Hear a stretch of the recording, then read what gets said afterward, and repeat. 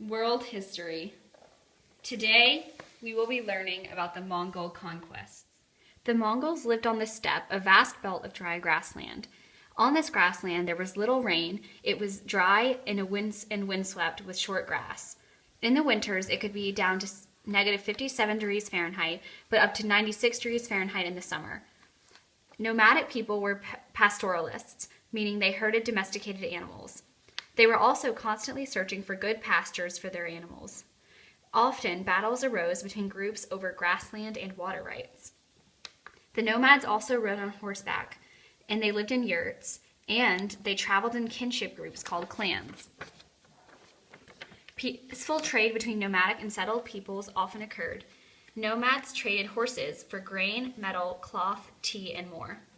The nomads were very tough, and settled people lived in constant danger of raids.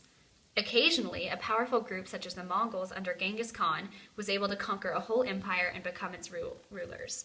Over generations, those nomadic rulers often became part of the civilization they conquered. In retribution for every hair on their heads, it seemed that 100,000 heads rolled in dust. Genghis Khan. Around 1200, a Mongol named Temujin sought to unify the clan.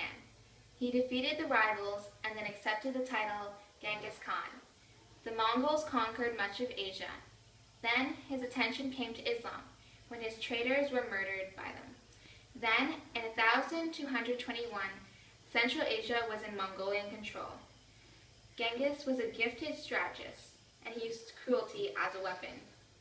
Genghis Khan died in 1227, not from violence but from illness. Following the death of Genghis Khan, his son Ogadai became the Great Khan. The Great Khan headed the whole Mongol Empire. Under his leadership, Mongol armies commanded by Genghis's other sons and grandsons drove armies south, east, and west out of Inner Asia. They completed their conquest of northern China and invaded Korea and parts of Russia. By 1260, the Mongol Empire was divided into 4 large parts: Mongolia and China, Central Asia, Persia, and Russia. The Great Khans made use of Chinese institutions. Growing cultural differences among the Khanates contributed to the eventual splitting up of the empire. Many Chinese innovations, such as gunpowder, reached Europe during this period. Other things spread along with goods and ideas. Some historians predict the epidemic of the bubonic plague to be Caused by the Mongols.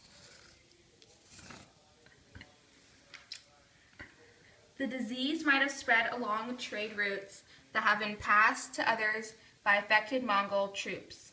For a brief period of history, China continued to thrive under Mongol rule. Thank you for watching our modified crash course about the Mongols' conquest.